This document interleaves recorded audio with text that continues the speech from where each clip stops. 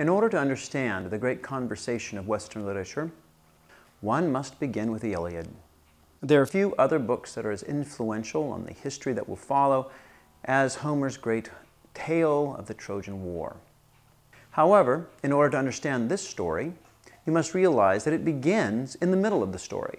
Like many other epics, the Iliad begins with much having already transpired. So let me tell you the story that begins the story that we find in the Iliad. It all starts at the marriage of Peleus and Thetis. Now, the mortal man Peleus was marrying the goddess Thetis, and many of the gods and mortals had been invited and were expecting to have a most sumptuous and delightful feast. However, left off the invitation list was the goddess Strife. Of course, wanting to have a lovely party, she was left uninvited, and yet she took offense. So in order to put her special mark on this wedding, the goddess Strife took a golden apple and inscribed on that golden apple one little word. The word was Callisti. It means to the fairest. And as she threw this apple into the wedding feast, 3 goddesses figured that it must be for them. Well, Athena, the goddess of wisdom, Hera, the wife of Zeus, and Aphrodite, the god of love, all claimed the apple for themselves. As a dispute arose, it was decided that there must be a contest that these 3 goddesses would enter into and decide, in fact, who was the fairest. There is only one man who is qualified to be judge of this contest and simple-minded enough to accept the request. And that was the most handsome man in the world, Paris. The 3 goddesses came to Paris and asked him to vote for them as the most beautiful. They each offered a bribe, or as you might call it, a gift, and Hera offered Paris power, Aphrodite offered him the most beautiful woman in the world, and Athena offered wisdom. Once again, Paris, being a simple fellow, asked for the most beautiful woman in the world. The only problem with that was that Aphrodite's gift was already married. Helen was married to Menelaus. Now, this did not deter Paris, and he went to the palace of Menelaus, pretending to be a visitor, and while he was there, he stole away the beautiful Helen. Menelaus, obviously being upset by the circumstance, goes to his brother Agamemnon and asks him to help him raise a whole host of Greeks to go to Troy and bring back his wife Helen. Agamemnon and Menelaus together go and gather the great commanders of the Greeks, Odysseus and Diomedes, Ajax, Nestor, and they gather together a great host, a huge army, and they enter their ships and begin to sail to Troy. After battling the Trojans for 8 years, the story that we find in the Iliad begins. The story begins because the Greeks had attacked a city and taken the daughter of the priest Chryses. Her name was Chryseis, and the priest Chryse prayed to the god Apollo that his daughter would be returned. Now, the Greeks did not want to return Chryseis, and so the priest Chryses prayed that Apollo would send a plague on them, and this he did. Many Greeks start to die, and under the pressure of this plague, they go to Agamemnon and force him to release Chryseis back to her father. And it's actually Achilles who recommends very fervently in the assembly that Agamemnon return this girl. Well, Agamemnon agrees, but on one condition, and that is that he will take Briseis from Achilles. Briseis is Achilles' prize, just as Chryseis was Agamemnon's. And so because Achilles suggested that Agamemnon would give up his prize, he takes Achilles in return. This is extraordinarily difficult for Achilles to endure because Achilles has come to this war looking for one thing: honor and glory. And when he has his prize stripped, his glory has been stripped. And so Achilles is very angry at Agamemnon. And this is increased by the situation that Achilles, in return for getting great glory, has agreed to living a short life. He has given up a long life to attain glory, and now Agamemnon takes that glory from him by removing his prize by Briseis. Achilles goes to his mother Thetis and requests that she would speak to Zeus and have the Greeks defeated on the field of battle to show how essential Achilles is to their army. After a long period of the Greeks being beaten on the field of battle, they actually come to Achilles with an embassy and offer him gifts if he will indeed return and fight with them against the Trojans. Well, this is not enough. He refuses the embassy and even speaks of going home the next day. However, his kind-hearted friend Patroclus has seen the carnage that has come on the field of battle, and being a good soldier, he cannot allow his comrades to be injured. And so Patroclus persuades Achilles to allow him to don his armor and to go into battle leading the Myrmidons. Well, Patroclus does precisely this and has a great moment of glory on the field of battle, and yet he is struck down by the great Trojan Hector. Patroclus is struck down, and Achilles, in grief, pulls his hair and pours ashes over his head. Achilles is brought to great grief, and though Achilles had sat in his tent before, soaking his grudges against Agamemnon, at this point he must re-enter the battle.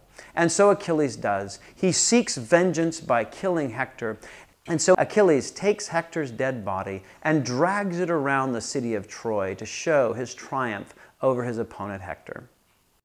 Well, this is not the end of the story. And the story that we find in the Iliad is the story of Achilles' rage. This is the very first word in our story, and in order to finish this story, we need to have the completion of Achilles' rage. That occurs as Achilles puts his dear friend Patroclus' body onto the funeral pyre, and they go through the traditional funeral games. After this, we see the greatest moment of Achilles' reconciliation with his rage as King Priam of Troy requests that Achilles will give him Hector's body back. And though Achilles doesn't want to do any such thing, the gods come to Achilles and say he must. And so King Priam is given special divine escort into the camp of the Greeks, and he sits before Achilles, the man who killed his son, and requests that he have his body back. Achilles, looking at King Priam, is looking at the man whose son killed his best friend. And as Achilles and King Priam sit across from one another, these two very natural enemies, they put aside their hate, they put aside their vengeance, and together they weep over their common human griefs. And so we have the end of Achilles' rage. And that's the end of the story of the Iliad. Now, of course, you do have the story of the Trojan horse, which continues on with Odysseus' very clever scheme to get into the city of Troy and destroy it, but that's not in the Iliad. That's not the story. The story of the Iliad is Achilles' rage. Homer's Iliad is not just a plot line to be mastered or a list of characters whose roles must be memorized. The Iliad is a book, and books are read because words are beautiful. And Homer is a particularly beautiful author in that he has such an amazing ability to portray character. One of the common techniques that he uses in this is by contrasting various character types very closely to one another. One of his favorite character pairs that he contrasts continually throughout the story is that of the cowardly Paris to his courageous and somewhat overbearing older brother Hector. It is not difficult to see Paris as being cowardly. He is actually the one for whom this war is being fought. It is on behalf of his stealing of Menelaus' wife Helen and his ability to keep Helen in Troy that these armies must wage this war. And yet Paris himself is oftentimes very reluctant to be on those battle lines where his cause is being fought. This is a reason why many of the Trojans despise Paris, and his brother Hector does not mince any words in making sure that his own brother knows just how much he is despised and how far short his character falls. Seeing Paris, Hector raked his brother with insults, stinging taunts. "What on earth are you doing, and how wrong it is, this anger you keep smoldering in your heart? Look, your people are dying around the city, the steep walls, dying in arms, and all for you, the battle cries and the fighting flaring up around the citadel. You'd be the first to lash out at another anywhere you saw hanging back from this, this hateful war. Up with you before all Troy is torched to a cinder here and now." Well, Hector has laid some very strong accusations against his brother. And usually when accusations are leveled in Homer's story, the courageous will rebut them and prove them wrong. Paris does no such thing. And Paris, magnificent as a god, replied, "Ah, Hector, you criticize me fairly, yes. Nothing unfair beyond what I deserve. And so I will try to tell you something. Please bear with me. Hear me out. It's not so much from anger or outrage at our people that I keep to my room so long. I only wanted to plunge myself in grief. But just now my wife was bringing me round, her winning words urging me back to battle. And it strikes me, even now, as the better way. Victory shifts, you know, now one man, now another. So come wait while I get this war gear on, or you go on ahead and I will follow. I think I can overtake you."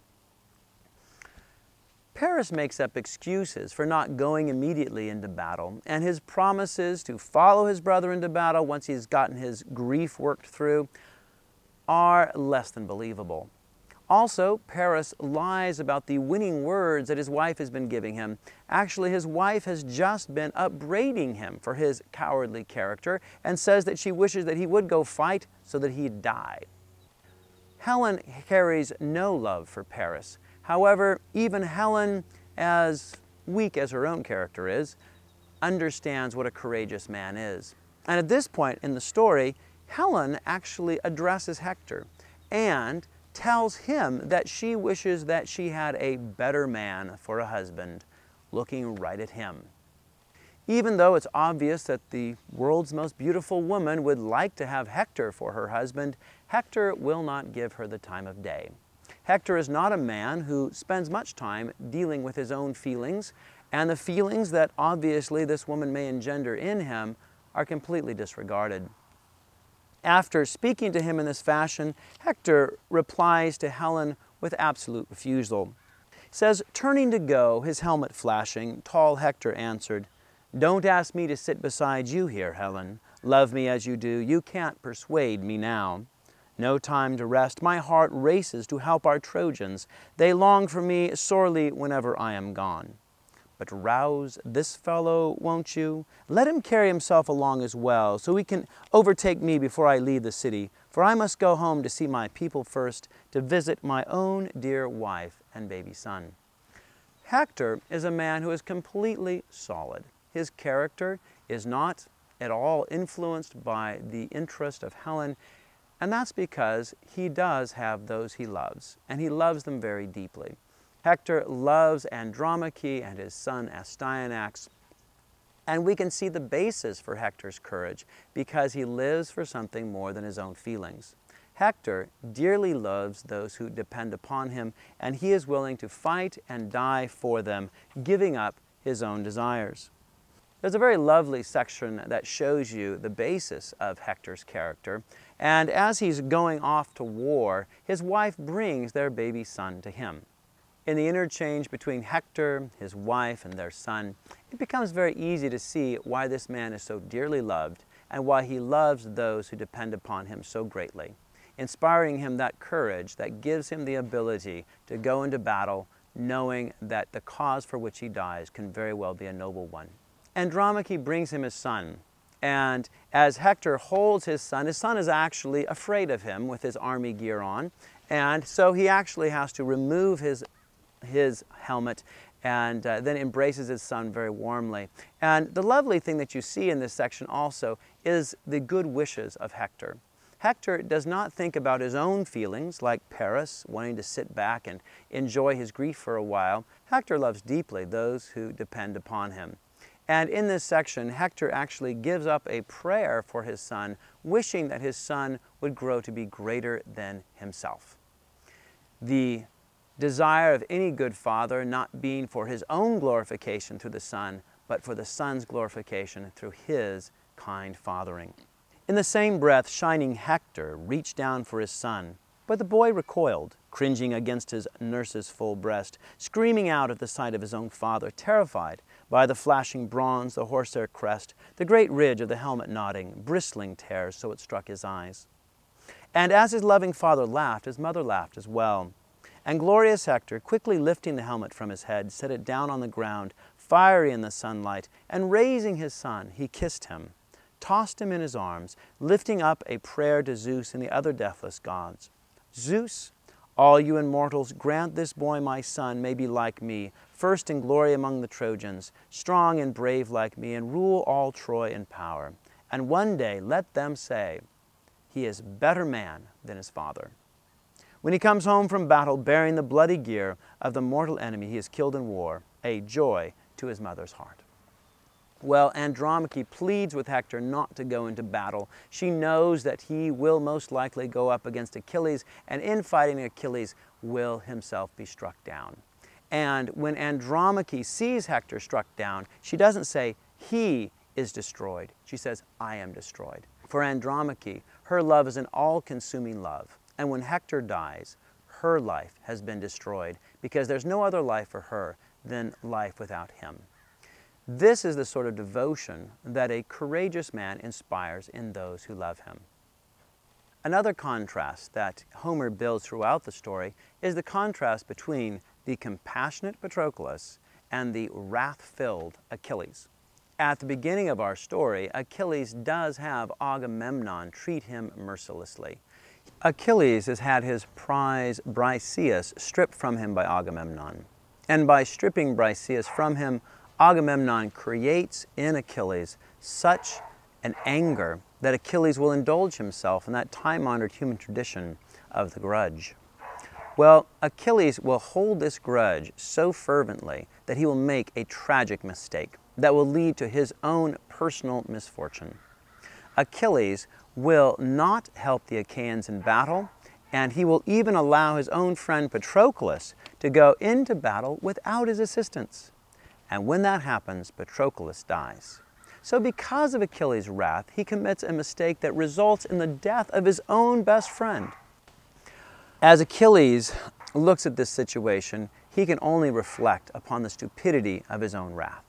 In order to, once again, bring forward this character trait in Achilles, Homer will very clearly contrast a very merciful Patroclus with this wrath-filled Achilles. I would like to read a passage that shows this compassionate character of Patroclus. It comes from when Patroclus is visiting the commander's camp, and he comes across the warrior Eurypylus. And Eurypylus has been injured, and not only does Patroclus show him compassion, Patroclus will actually stop and bind his wounds. This begins with Eurypylus speaking to Patroclus. Struggling with his wound, Eurypylus answered, "No hope, Patroclus, prince, no bulwark left. They'll all be hurled back to the black ships, all of them. All our best in the old campaigns are laid up in the holes. They're hit by arrows, pierced by spears, brought down by Trojan hands, while the Trojan power keeps on rising, rising. Save me at least. Take me back to my black ship. Cut this shaft from my thigh, and the dark blood, wash it out of the wound with clear, warm water." The brave son of Menoetius answered quickly, "Impossible, Eurypylus, hero. What shall we do? I am on my way with a message for Achilles, our great man of war, the plan that Nestor, Achaea's watch and ward, urged me to report.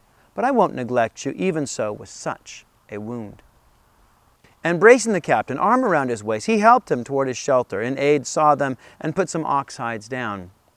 Patroclus stretched him out and knelt with a knife and cut the sharp stabbing arrow out of Eurypylus' thigh and washed the wound clean of the dark running blood with clear, warm water. Pounding it in his palms, he crushed a bitter root and covered over the gash to kill his comrade's pain, a cure that fought off every kind of pain, and the wound dried and the flowing blood stopped. In contrast to that compassionate Patroclus, we see an Achilles who will actually mock Patroclus' grief as Patroclus comes back to Achilles' tent. He will actually treat Patroclus as if he is some child who has some sort of grief or wound that he just is too sad to be able to talk about. And Achilles will actually feign ignorance as to the cause of Patroclus' grief. And this is while most likely the screams of the dying Achaeans surround them on all sides. So they fought to the death around that benched beak ship, and Patroclus reached Achilles, his great commander, and wept warm tears like a dark spring running down some desolate rock face, its shaded currents flowing. And the brilliant runner Achilles saw him coming, filled with pity, and spoke out winged words. Why, in tears, Patroclus? Like a girl, a baby running after her mother, begging to be picked up, and she tugs her skirts, holding her back as she tries to hurry off, all tears fawning up at her, till she takes her in her arms. That's how you look, Patroclus, streaming live tears. But why? Some news from the Myrmidons, news for me, some message from Thea that you alone have heard.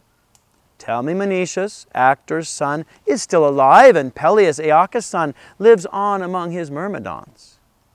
If both our fathers had died, we'd have some cause for grief. Oh, or weeping over the Argives, are you? Ah, seen them die against the hollow ships, repaid for their offenses? Out with it now. Don't harbor it deep inside you. We must share it all. The extent of Achilles' mockery goes so far that you wonder why Patroclus doesn't run him through with his own sword right then and there. However, Patroclus completely brushes aside Achilles' mockery and continues to tell him of his compassion for the Achaeans. And Homer, in a moment of authorial sympathy, addresses this dear character in the second person. With a wrenching groan, you answered your friend, Patroclus, O my rider. Patroclus is the type of character that we as human beings respond to. He is kind, he is compassionate, and in contrast to the wrathful Achilles, we see just how vividly human compassion stands in opposition to our tendency to anger, our tendency to the grudge, and our ability to become so foolishly wrapped up in our conflicts that we make fatal mistakes. Homer is such an amazing author because even though he writes thousands of years ago, he still is able to portray human character in such a fashion that we can easily recognize the patterns that we experience in our own day-to-day lives. Homer, by presenting to us these various human characteristics, whether they be cowardice and courage, compassion or wrath, allows us to recognize them more clearly as we deal with them ourselves. And in so doing, we become more refined in our judgment of human character, and that leads us to the ability to use more fully what we call the image of God.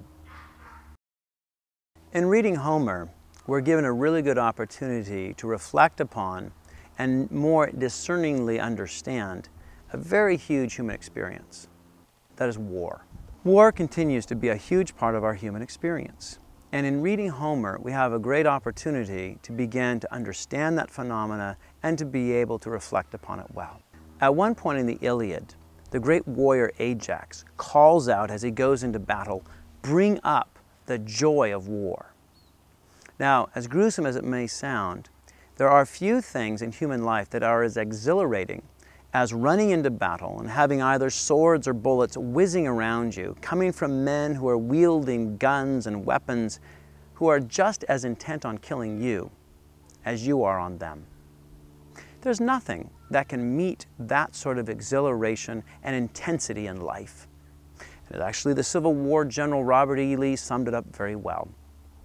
He said, "It is well that war is so terrible, lest we should grow too fond of it." War is a tremendously engaging human experience, and we find ourselves very attracted to it. On the other hand, war is a great grief. War will make our lives miserable. And every time someone dies on the field of battle, it is a son, often a father, a husband, someone whose life will leave a very large hole in the fabric of our social lives. Homer also shows us the grief of war. At the end of the Iliad, the fact that King Priam and Achilles will sit together in Achilles' tent and weep over their common griefs brought upon them both by this one same war, shows that at the end of Homer's Iliad, in a sense, compassion triumphs over vengeance, and human understanding prevails, even though these men have every reason to desire to kill one another rather than weeping together. Later, the Christian theologian Augustine will write in The City of God, "To carry on war and extend a kingdom over wholly subdued nations seems to bad men to be felicity, to good men necessity." You do need to reflect and think upon what a just war is. Why is war fought? And under what conditions is it a blessing rather than a curse? However, to do that well, you should reflect on the entire experience of war. And Homer presents that very well to you in the Iliad, both the grief of war and the exhilaration that it brings. And in so doing, you gain a good opportunity to become more discerning and more reflective, and in the end, show yourself a responsible user of that great gift, the image of God.